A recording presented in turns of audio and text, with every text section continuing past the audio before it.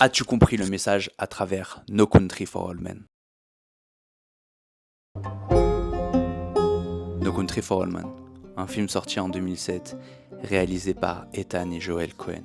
Un film qui recevra 4 Oscars et marquera les esprits pendant des décennies. Dans ce film, on suivra la traque d'Anton Chigurh, un tueur à gages psychopathe, n'écoutant que sa morale comme ligne de conduite, engagé pour récupérer l'argent d'une transaction entre des narcotrafiquants mexicains et des hommes d'affaires corrompus.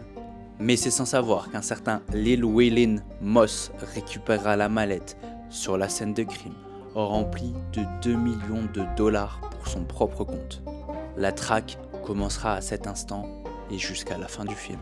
Lil Waylon Moss cherchera désespérément à fuir Anton Chigurh pour échapper à la mort. Et en parallèle, nous aurons l'intervention du shérif Bell, qui est en charge de cette enquête, pour les meurtres, le vol d'argent et la traque qu'Anton Chigurh fait sur Lil Waylon. Mais il y a un message derrière tout ça.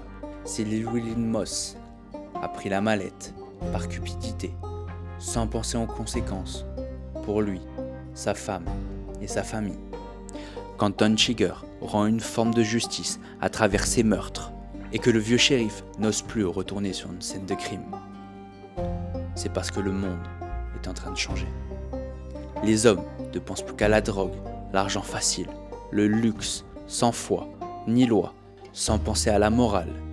N'ayant plus peur de leurs actes, les hommes viendront jusqu'à assassiner un shérif dans son propre poste de police, pour pouvoir mieux rendre justice d'après un code moral personnel.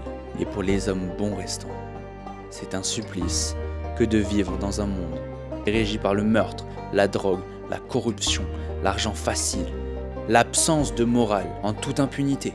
Tout ceci devient banalisé, mais pour les hommes de l'ancienne génération n'ayant pas vécu dans la cupidité ni la violence, peinent à trouver leur place dans ce monde où tout le monde change son code de conduite, sa morale, sa parole, en fonction de ce que ça peut lui rapporter.